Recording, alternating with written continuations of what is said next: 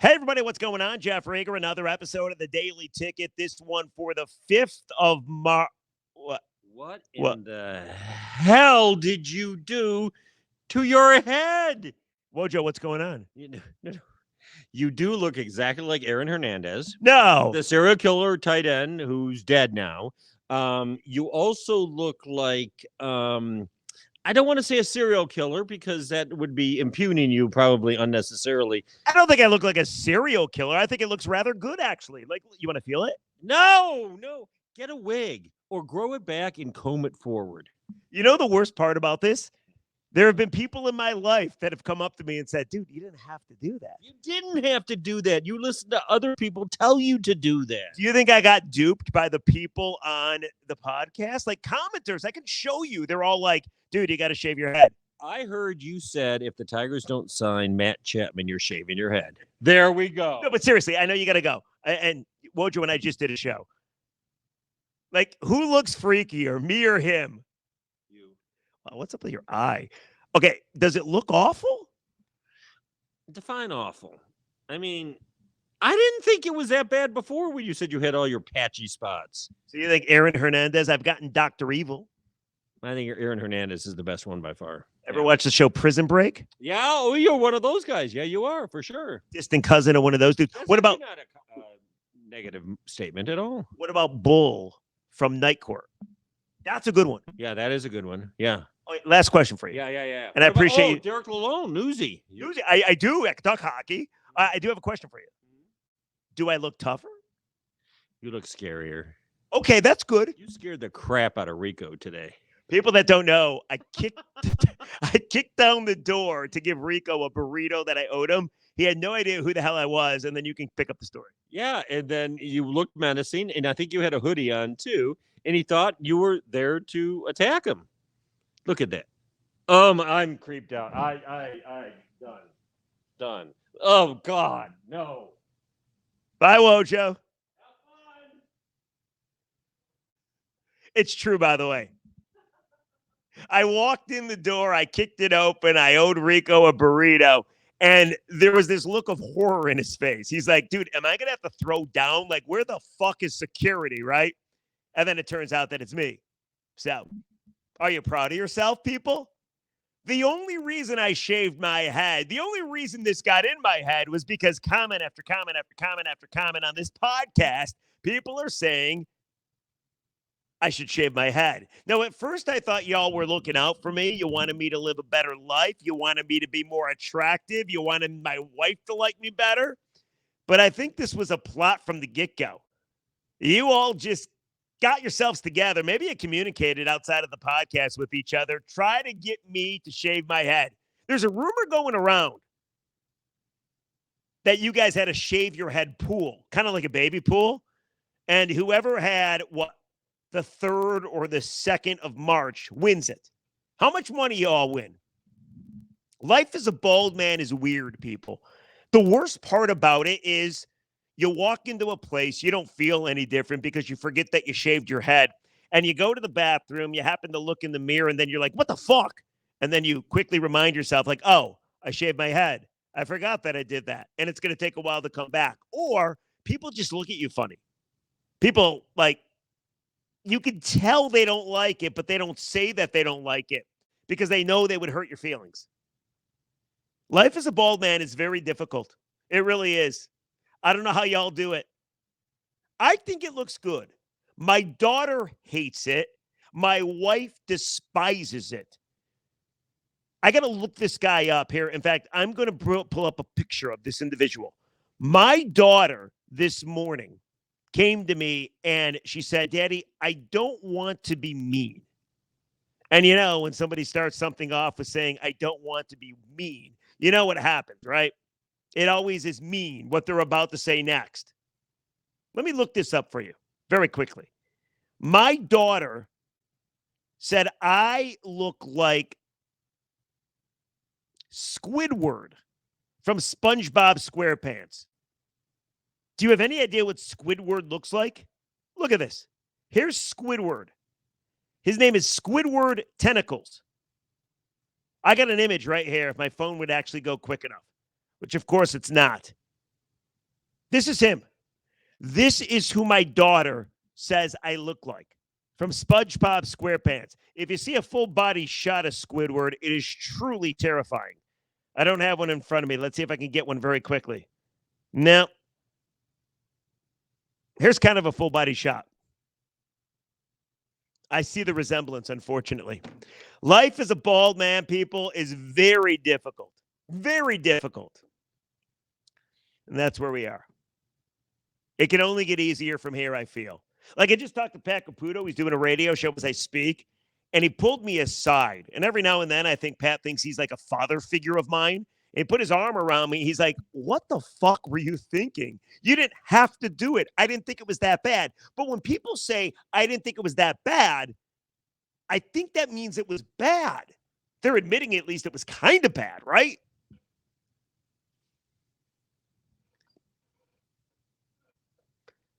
Can't stop looking at it. Anyway, let's move on because something more horrifying than my current haircut has got to be the priority patch. Is this real? So, Woj and I just did a show. We talked about it. You called this from the get-go. I did a podcast on, I think it was Thursday, right after the Wings lost to the Islanders. And I said, listen, I'm not bothered at all by the patch. I actually think it goes with the color scheme. You got to look really hard to see the patch. It's not that big at all. Priority patch, right? It's priority waste. Apparently, they do big commercial accounts and remove people's waste, I guess. But I understood what you were thinking. The jokes write themselves. You announced it during a 6-game winning streak. It's a garbage company. I understood what everybody was upset about. How dare you deface an iconic logo like the winged wheel?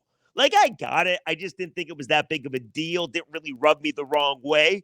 Now, like 5 days later, I believe you all. I think the priority patch curse is real. Think of what has happened since the patch has been sewed on all those jerseys. You lost to the Islanders. Despite tying the game in the third period, Patrick Kane got that goal 10 seconds in the final 20-minute session. You lost 5-3. No big deal, just one loss. Next game, Florida Panthers in town. A real chance for the Red Wings to prove that they belong. A true measuring stick game. Florida the best game, or Florida the best team in all the NHL. The Red Wings are trying to prove that the 6-game winning streak is no fluke. What happened in that game? I mean, they got destroyed. Detroit lost 4-0. Now, they did hit the post a bunch of times. They did have a goal disallowed. They did have some scoring chances, and Sergei Bobrovsky was just that good at times. But also, they allowed Florida to goat them into some unnecessary penalties. Jake Wallman lost his mind at the end. They decided to go all physical on the Panthers instead of trying to win the hockey game when they were down 2-0. Like, I do believe on Saturday at Little Caesars Arena, they probably proved to everybody that, yeah, we're going to make the postseason. However, probably can't make a deep run in the playoffs because they're currently not that type of team. Teams like the Panthers win in the playoffs. The Wings are not that type of team yet. I think it was a wake-up call for a lot of people. So since the patch, you lost to the Islanders, then you lost to the Panthers, and as you get ready to go out west and take on a very tough Colorado Avalanche team that does not lose at home, they're like 22-6-0 at home. The Wings hit again with some bad news because now they're forced to be without Dylan Larkin, their captain, arguably their best scorer and all-around player for the next 2 weeks. That's right, Larkin, and I didn't even realize he injured himself. He hurt himself in that Florida game, and he did practice yesterday. But then it comes out that Lalonde admits Larkin is going to miss 2 weeks with a lower body injury. I don't know what the injury is. I don't know who they're going to call up. Apparently, Marco Kasper, he did not play in the Grand Rapids Griffins game last night. So maybe it's going to be Kasper, or maybe they're going to trade Kasper. I don't know if Dylan Larkin being out changes the way Steve Yzerman goes about his business at the upcoming trade deadline. Is the priority patch curse real? Like at first, it's just a joke. You make a lot of jokes like, oh man, the Wings played like trash. Or, wow, if the Wings win, the team lost to a trash team, right? Like Wojo and I were on the air yesterday talking about like what the Wings could do. Wojo wanted a line to be called the Garbage Patch Kids. Kind of get it? The Sour Patch Kids, but garbage instead because it's a garbage company. Kind of funny. I didn't think it was great, but not his best work. Kind of funny, though. I thought you could, instead of calling it Little Caesars Arena, you could call it the dumpster. Or maybe the press box, the garbage bin, or maybe the trash can.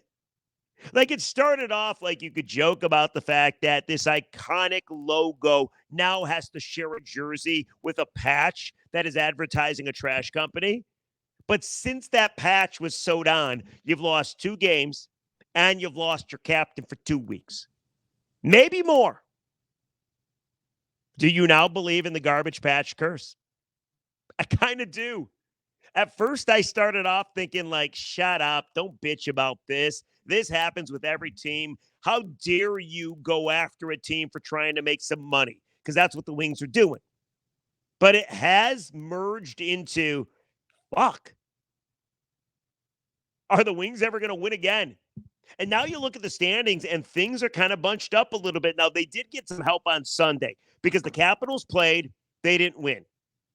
The Devils played, they did not win, and they fired their head coach. But now you look at the standings in the Eastern Conference, and the Wings are still fine. They really are. They're currently 6 points above the playoff cut line.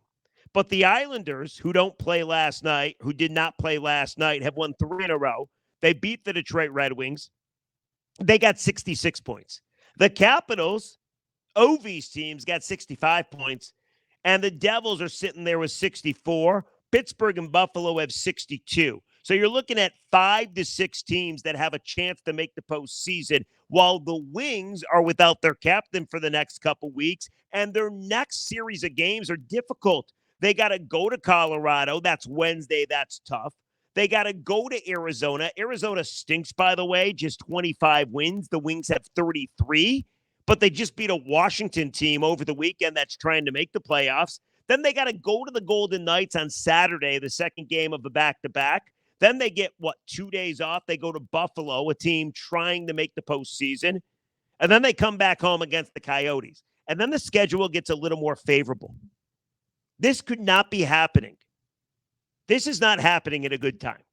I'm curious. Hit me up in the comment section. Do you believe in the garbage patch curse? I'm starting to. Do you now change your feelings about the Red Wings? During that 6-game winning streak, they were destroying teams. They seemed like they couldn't lose. They scored early. They came back late. They were so fun to watch. They scored 5-6 goals. It seemed like every game. They beat good teams, including the Colorado Avalanche. They beat them 2-1. But now it's amazing what a new patch, shouldn't be on the jersey to begin with, 2 losses, and a key injury to your best player will do. I am now freaking out a little bit. Are you? Whether you believe in the curse or not, are you freaking out a little bit? That's what I want to know. The other thing I wanted to bring up very quickly before we get to some comments and then we move on with our lives. Michigan basketball, I got a hit on this. They lost over the weekend to Ohio State by 24 points. Now, mind you, Ohio State fired their coach. They have since won 4 or 5 games. One of those wins was Purdue, by the way. They beat Zach Edey and company. They might make the tournament. If the Buckeyes get hot in the Big Ten tournament, win 3 games, they're at 18, 19 wins right now. They could make the tournament. I'm not saying Michigan would have made the tournament if Juwan was fired midseason. I know Juwan's not going to be fired midseason. He's a Michigan man. He's part of the Fab Five. Fab Five was one of my favorite teams of all time. But Juwan's got to go. Juwan's got to go. They lose again on the road to Ohio State, a bad team, by 24 points. There's all this talk that Ward might not fire Juwan, that Juwan, because of the health issue, he had heart surgery, might get another year. I wish Juwan the best. I hope he's in great health, but I'm not giving him another year. He's an awful coach. The program is non-competitive. There's no passion. There's no life. They roll over every chance they get. I don't care that they've had injuries. I don't care that they had a weird suspension to Doug McDaniels. It doesn't matter. It'd be one thing if you're sitting 17, 18 wins. You're not going to make the tournament, but you showed improvement. This team is dismal. You look at the metrics, they are the worst team in Division I college basketball. They're going to finish dead last. That's guaranteed in the Big Ten. That hasn't happened to a Michigan basketball team since the 60s. That's saying a lot considering Brian Ellerby and Tommy Amaker were your coach for a little bit there. You have to fire Juwan. They got, one game left, then the Big Ten tournament, so probably 2 total games left, then you got to whack them. You got to get rid of them. It's got to happen. If Michigan and Ward Manuel does not fire Juwan Howard, then Ward's got to be fired. And the next guy's got to fire Juwan. You cannot let this continue. For all the people that say, oh, nobody cares about basketball because they won the Natty, that's nonsense. This is embarrassing. And if you look at next year, the recruiting class for Juwan isn't good. He's not very successful in the transfer portal. Not like they have a ton of NIL money to give to anybody. Like, how's it going to change next year? He doesn't deserve to come back. If you were on the fence about Juwan, or even if you said, okay, guy deserves another year, I would love to know what you think now. So hit me up in the comment section. We got Wojo making fun of my hair. We got the priority patch curse for the Red Wings. Do you believe in it? Are you starting to get a little worried about the Wings? And then Juwan Howard, he needs to be fired. Does he not? Yes, he does. Let's check out some comments, and then we're going to move on for our life.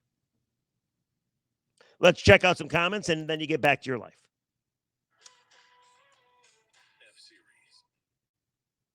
Yesterday's podcast was about the fact that the Tigers don't want JD Martinez, but nobody really commented on that. All anybody wanted to talk about was my shaved head. Charlie Gilbert, 2054, says, good look, Rieger. You can pull off the shaved look. How about that? Seems like the YouTube community really likes this look.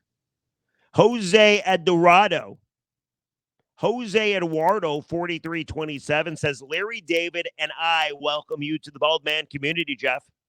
I like that. Here's another one. User underscore DL9JK8FC8Q. All right. I did the total head shave about 7 years ago. I really don't miss constantly worrying how my hair looked. The only downside is shaving your head is not a lot of fun, especially if you happen to cut yourself. I haven't done that yet, but I did get a tip. Mark Schneider used to write for the Free Press. He now has a new Michigan book out there talking about the 97 national championship season. He reached out to me on Twitter. And apparently, I'm going to buy this. There's this razor called a Freebird razor. And it looks like this. I wonder if I can reach out to Freebird and start doing like live ads for them. Here's what it looks like. Can you see that? It's got a bunch of little razors. Here, look. Here's a better right there. Apparently, it's very easy to just go in the shower. It's waterproof. Or if you don't want to do it in the shower, you can do it in front of the mirror. Put a little shaving cream on the old noggin and go to town. Apparently, he says it's a life changer. So I'm going to reach out to Freebird and see if they want to advertise. I'll do it on this podcast. I'll do anything for a little bit of money. So those are the comments. Let me know what you think. Are you worried about the Red Wings? What the hell are people thinking? That Juwan Howard deserves another year? And I think Wojo's gone, so I could talk some smack. You know, Wojo hated the idea of Matt Chapman. Ridiculous, right? That's going to do it for the Daily Ticket, guys. We'll catch you tomorrow on a Wednesday. Have a great night or day or rest of your day, everybody. I'm losing track of time. It's got to be the lack of hair. What do you think? I don't like seeing the glare from the lights. It's rather off-putting. All right. Catch you next time on a Wednesday. Bye-bye.